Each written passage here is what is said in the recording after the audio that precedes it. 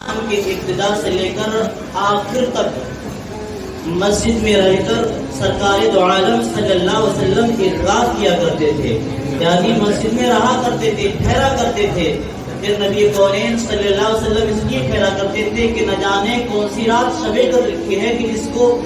ہو سکتا ہے کہ میرے غفلت کی وجہ سے یا پھر ہو سکتا ہے کہ جس کو میں نہ پاؤں اور وہ رات نکل جائے۔ تو اللہ تبارک و تعالیٰ کی طرف سے حکم ہوا کہ اے میرے نبی، اے میرے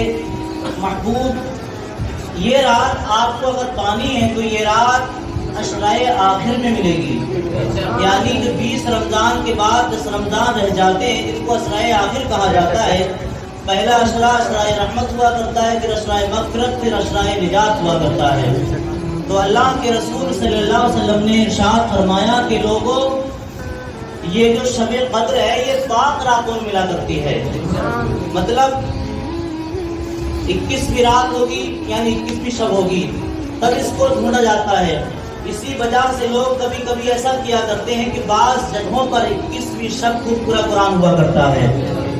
کہیں کہیں ایسا ہوا کرتا ہے کہ 23ویں شب کے اندر جو ہے قرآن شریف پورا ہوا کرتا ہے، کہیں کہیں ایسا ہوا کرتا ہے کہ 25ویں شب کو قرآن پورا کیا کرتے ہیں، اور زیادہ تر 95% 99% آپ کہیں تو 27ویں شب کو قرآن پورا کیا جاتا ہے۔ اس لیے کہ ہم اور آپ جو شب قدر ہے، قدر والی رات ہے، حکمت والی برکت والی رات ہے، اس کو حاصل کرنے،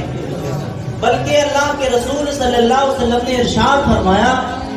کہ یہ وہ رات ہے جس کو اللہ تبارک و تعالیٰ نے 1000 مہینوں کی عبادت سے افضل فرمایا ہے۔ سبحان اللہ۔ یہ رات ہم اور آپ اس رات میں بیٹھے ہیں، حضور نہیں بیٹھے ہیں، ہو سکتا تھا ہم کہیں اور ہوتے، کہیں موبائل پر لگے ہوتے، کہیں ایسا ہوتا، کہیں ٹی وی کے سامنے بیٹھے ہوتے، یاروں میں بیٹھ کر گفتگو کر رہے ہوتے، لیکن اللہ کے رسول فرماتے ہیں اے لوگوں، جس نے رات میں شب قدر کو پایا اور شب قدر میں اتنے ٹائم تک، اتنی دیر تک وہ ٹھہرا رہا، اتنی دیر تک اس نے ذکر و اذکار کیا کہ جتنی دیر میں چرواہا اپنی بکری کے تھن سے دودھ نکالتے